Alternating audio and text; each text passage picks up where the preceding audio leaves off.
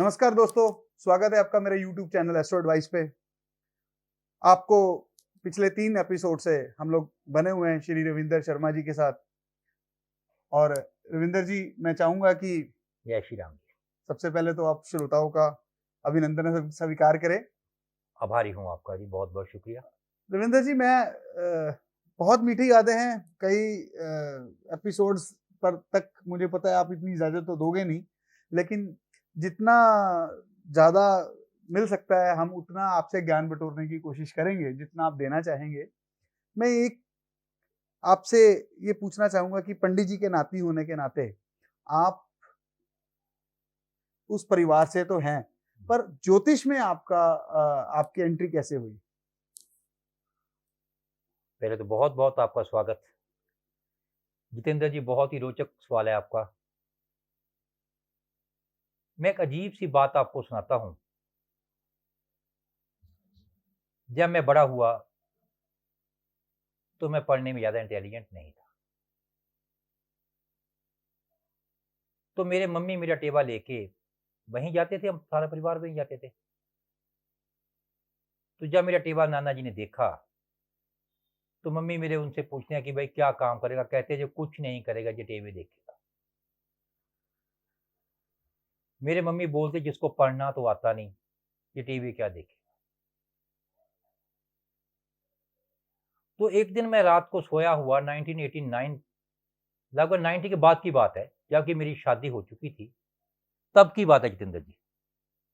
तो मुझे रात को सोपन में, जब नाना जी इस दुनिया से जा चुके थे तो मेरी शादी हो चुकी थी, तो मुझे रात को सोपन में दिखाई दिए कि भाई तू टीवी देखा कर। मैंने अपनी मम्मी से बात की कि मम्मी जी मैं टीवी देखने शुरू करूं। तो मेरे मम्मी ने मुझे बहुत डांटा, गालियां भी दी। तो मुझे कहते नहीं, टीवी तू नहीं देखेगा। तो मैंने कहा ठीक है, जैसी आपकी इच्छा। बार बार मेरे को नाना जी स्वप्न में आते रहे और कहते रहे तू टीवी देखा कर। तो ऐसे चलते चलते एक दिन मैंने अपनी एक कुंडली, मेरी जो घर में पड़ी थी, वो निकाली और मम्मी को दिखाई कि ये देखो, इसके पीछे नाना जी का लिखा हुआ है। तो मुझे टीवी देखनी है। तो जब मैं टीवी देखने शुरू किए 1994, 1 जनवरी 1994 को मैंने पहला टीवा देखा। सिर्फ अपनी माँ को गुरु मानकर। मुझे ना आज तक कुछ आता है, ना उस दिन कुछ आता था। आपके ऊपर तो पंडित जी का आशीर्वाद रहा है, इसलिए। पर बात चल रही जिस थी। दिन मैं पहली बार बैठा तो मेरे पापा ने मुझे ये पेन, ये वो लाल किताब का पंडित रूपचंद जोशी का असली पेन, गोल्ड निब का है, ये पार्कर का पेन मेरे पापा ने, मेरे फादर साहब ने मुझे गिफ्ट किया कि अगर तू इसकी हिफाजत और इज्जत कर सके तो तेरी किस्मत, ना कर सके तो पाप तेरा। ये ये वो पेन है जी। देखिए, पंडित जी के यूज किया हुआ ये जो पेन है हम लोग देख रहे हैं, मैं इसका आपको इस एपिसोड के अंत में इसका क्लोजअप भी आपको दिखाऊंगा। हम लोग बहुत भाग्यशाली हैं जी, हमें पंडित जी की ऐसी चीजें देखने को मिली जो शायद ही दुनिया तक पहुंच पाती अगर रविंदर शर्मा जी आपने ये अमानत उनकी संभाल के ना रखी होती। नहीं, मैंने वादा किया था ना आपको दिखाऊंगा। तो ऐसे तो हो नहीं सकता जितेंद्र जी से बात कर करके छोड़ मैं दूं। रविंदर जी एक और चीज आपसे पूछना चाहूंगा कि पंडित जी की बैठक जी। हम लोग एक आने वाले अगले कुछ एपिसोड में मेरी ये कोशिश होगी कि पंडित जी के जो इनके छोटे भाई हैं नाती, उनके साथ हम लोग मेरा वादा हुआ है जी पंडित जी के गांव जाने का। अगर उनकी कुछ यादें हम वहां से इकट्ठी कर सके तो वो भी हम कुछ अगले एपिसोड में आप तक लेके आएंगे। लेकिन मैं आपसे एक चीज पूछना चाहता हूँ कि मुझे कुछ पहले ये ज्ञान हुआ था कि पंडित जी कम सोते थे, लिखने का बहुत शौक था। और जो किताबें हैं उसमें कुछ भूटान नरेश या यहाँ तक कि मुझे ये भी कुछ लोगों ने बताया कि पंडित जी के पास बहुत बहुत महान हस्तियां आती थी। तो मैं चाहूंगा ऐसा कुछ आप मेरे श्रोताओं को बताएं कि कैसे कैसे विद्वान, कैसे कैसे महापुरुष, कैसी कैसी हस्तियां पंडित जी को मिलने आती रही। तो मैं, आप अगर ये ज्ञान भी हमें दे सके तो मैं आपका आभारी होऊंगा। नहीं, ये बात बिल्कुल सच है कि कहीं भी कुआं हो, पानी पीने वाले पहुंच ही जाएगा।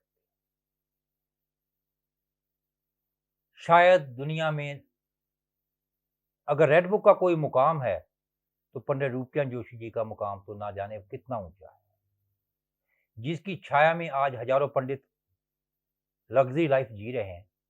तो उस समय उनके पास भूटान नरेश आया करते थे, भारत के प्रधानमंत्री इंदिरा गांधी जी आया करते थे, भारत के डिफेंस मिनिस्टर जगजीवन राम जी आया करते थे। बहुत बड़े बड़े ऐसे नाम हैं जो उस समय भी वहां आया करते थे। और शायद आपको कहीं याद ना हो कि रेड बुक पे जो पहली बार प्रिंटिंग पे खर्च आया था उसमें कुछ पैसे भूटान नरेश ने भी लगाए। अच्छा। ये बहुत बड़ी बात है कि एक किताब जो तब भी सच थी, आज भी सच है और कल भी सच ही रहे। वो कितने आसान आसान तरीकों से हमें बताती है कि उपाय इतने आसान होने चाहिए, इतने इफेक्टिव होने चाहिए।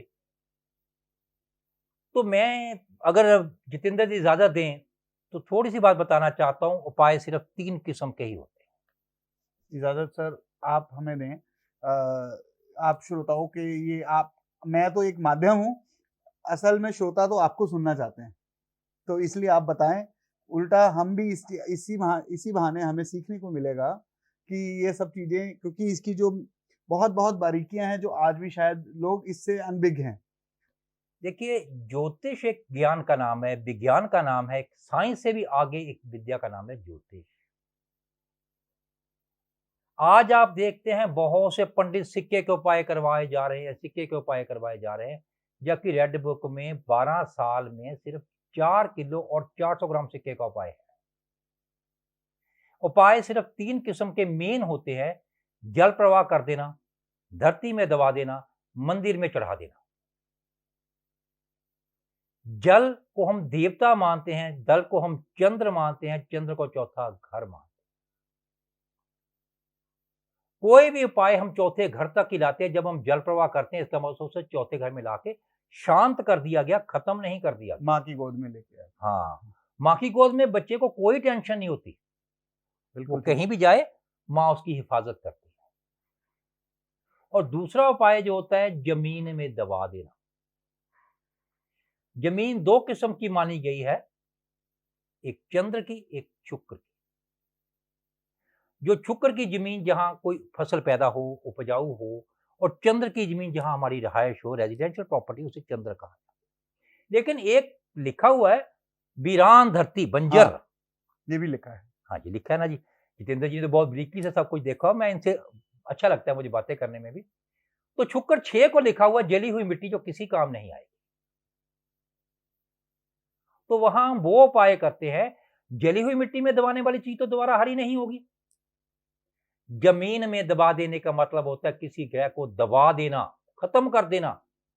उस साल के लिए उसका मंदा असर वो खत्म। काफी देर तक वो रिजल्ट नहीं देगा। जी जी। कोई बीज जमीन में दबा दे, जब तक बारिश के अंदर फिर से नहीं आएगा वो फसल पैदा नहीं होगी। बिल्कुल ठीक बात। तीसरा उपाय होता है कि जब हम मंदिर में चढ़ाते हैं, रेड बुक में हर ग्रह को उनके ईष्ट के रूप से माना गया है। बिल्कुल ठीक बात है। जब हमें लगता है कि ग्रह खराब हो रहे, हम नहीं संभाल रहे, जब इंसान को आराम नहीं आ रहा, तो भगवान को समर्पित कर देते हैं, भगवान आपके आगे चरणों में ये ग्रह छोड़ दिया। तो बहुत ये बड़ी बात 3 है। बहुत आसान से उपाय हैं, अगर इन्हें ध्यान से किया जाए तो हमारी जिंदगी काफी आसान रहती है। रविंदर जी, बात इस पॉइंट पे आई थी, आपने 3 बोले, इसमें जलाने वाले उपाय भी शायद कहीं लिखे हुए हैं, उसके बारे में भी अगर थोड़ा सा ज्ञान आप हमें दें, क्योंकि कहीं सिक्का जलाने का, रात जी का सिक्का जी, जो जो तांबे का सिक्का। सूर्य ग्रहण के समय है या हाँ, देखिए ये बहुत अच्छा बात है, ये बहुत बारीकियां हैं, बहुत बारीकियां हैं इसमें जी। आम आदमी की पहुंच भी यहाँ नहीं पहुंचती कि सिक्का जलाने का उपाय रात का है, पूरी रात। हाँ जबकि रेड बुक पे क्लियर किया गया उपाय दिन के असरदार है। जी जी जी, मैं इसीलिए आपसे, ये श्रोता जो है, कभी क्या होता है कि कहीं कहीं लिखा है जी जी रात के उपाय, कहीं कहीं जलाने के उपाय, पर वो सब जगह नहीं है, और उसके लिए एक विधिवत तरीके से जो भी आपको ये उपाय ऐसे दे रहा है उसको लाल किताब की अच्छी जानकारी होनी चाहिए, क्योंकि लाल किताब में ये सब चीजें अच्छी देखरेख में करने का भी एक नियम है, ताकि आपको इसका कोई नुकसान ना हो।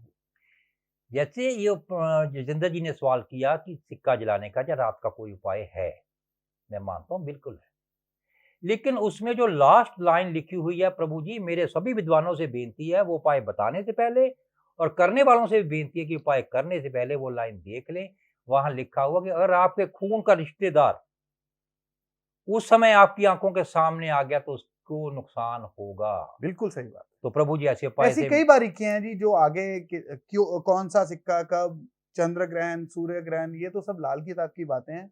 हमारा आज का जो मुख्य मकसद यहाँ आने का था वो आपका आशीर्वाद लेना था, पंडित जी के बहुत बारे में। आभारी हूँ जी आपका, पंडित बहुत जी के आभारी बारे हूँ। में। पर एक बात ऐसी रह गई, जब पंडित जी इस दुनिया से विदा हुए, जी, उस समय आपकी उम्र कितनी थी? और पंडित जी से आपने पंडित जी की कुछ ऐसी यादें जिसमें शायद आपको डाँट भी लगी हो, पंडित जी से कि क पंडित जी क्योंकि बहुत सिखाने वाली नेचर थी उनकी, तो जी, जी, उसके लिए जी। कमांडिंग नेचर के इंसान थे। तो मैं ऐसी कुछ मीठी यादें, आपकी खट्टी-मीठी यादें मैं पंडित जी जी, से फिर जी, भी जी। आपसे, क्योंकि मेरा लालच है जी, जी, कि जी। आपने आज समय दिया है, दोबारा ऐसा समय कब मिलेगा इसके बारे में नहीं पता लग पाएगा। तो मैं मेरी श्रोताओं की तरफ से आपको विनती है। मैं एक बात बताना चाहता हूँ कि ज्योतिष में लालच से बड़ा कोई आशीर्वाद नहीं है। जब तक हमको लालच रहता है तब तक ही हम सीख पाते हैं। जी, जी। ज्योतिष का लालच एक आशीर्वाद ही होता है। तो जब पंडित रूपचंद जोशी जी 1984 में हमसे बिछड़ने वाले थे, तो उनके एक दोस्त थे त्रिलोचन सिंह जी, जी, जो फिलौर किले में फिंगरप्रिंट्स रीडर थे और इंस्पेक्टर रैंक पे तैनात थे। शायद उनमें इतना गहरा रिश्ता था जो आज की दोस्ती में नहीं मिलता। तो हमारे घर वो बताने आए। उनको पता पंडित जी ने बता दिया था कि मैं दुनिया से जाने वाला हूँ।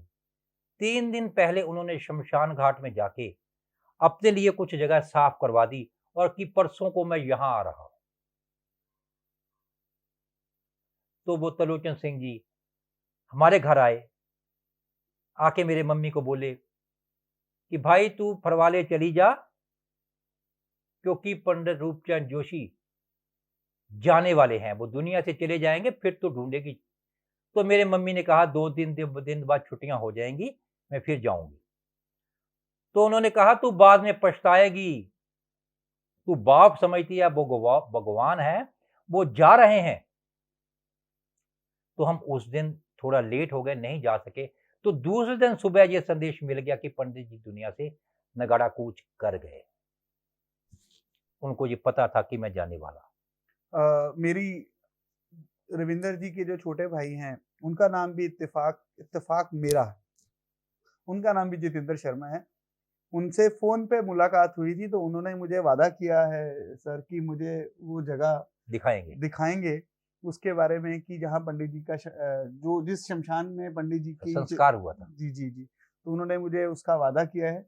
हम अगले कुछ एपिसोड जब आएँगे लेके, तो उनके साथ उस जगह के दर्शन करेंगे, जहाँ पंडित जी ने अपनी अंतिम विदा ली थी हमसे। और ऐसी कुछ पंडित जी की यादें आगे भी अपने पंडित जी के ही परिवार के साथ हम लोग बने रहेंगे। मैं रविंदर जी का अपने श्रोताओं की तरफ से, अपने सभी लोगों की तरफ से, अपनी पूरी एस्ट्रो एडवाइस की टीम की तरफ से मैं आपका धन्यवाद करता हूँ। आपने इतना समय दिया। आपका बहुत-बहुत अभिनंदन। बहुत-बहुत धन्यवाद। हम तो श्रोताओं के पाँव की मिट्टी होते हैं।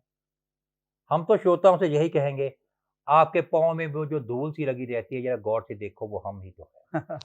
शुक्रिया, धन्यवाद जी। आप शुक्रिया। हमारे साथ बने रहिए। अगले कुछ एपिसोड्स में हम और भी कई रोचक तथ्य पंडित जी के परिवार के, पंडित जी की यादों के साथ हम लोग अगले कुछ एपिसोड में आपके पास फिर कुछ नई बातें लेके आएँगे। तब तक के लिए धन्यवाद।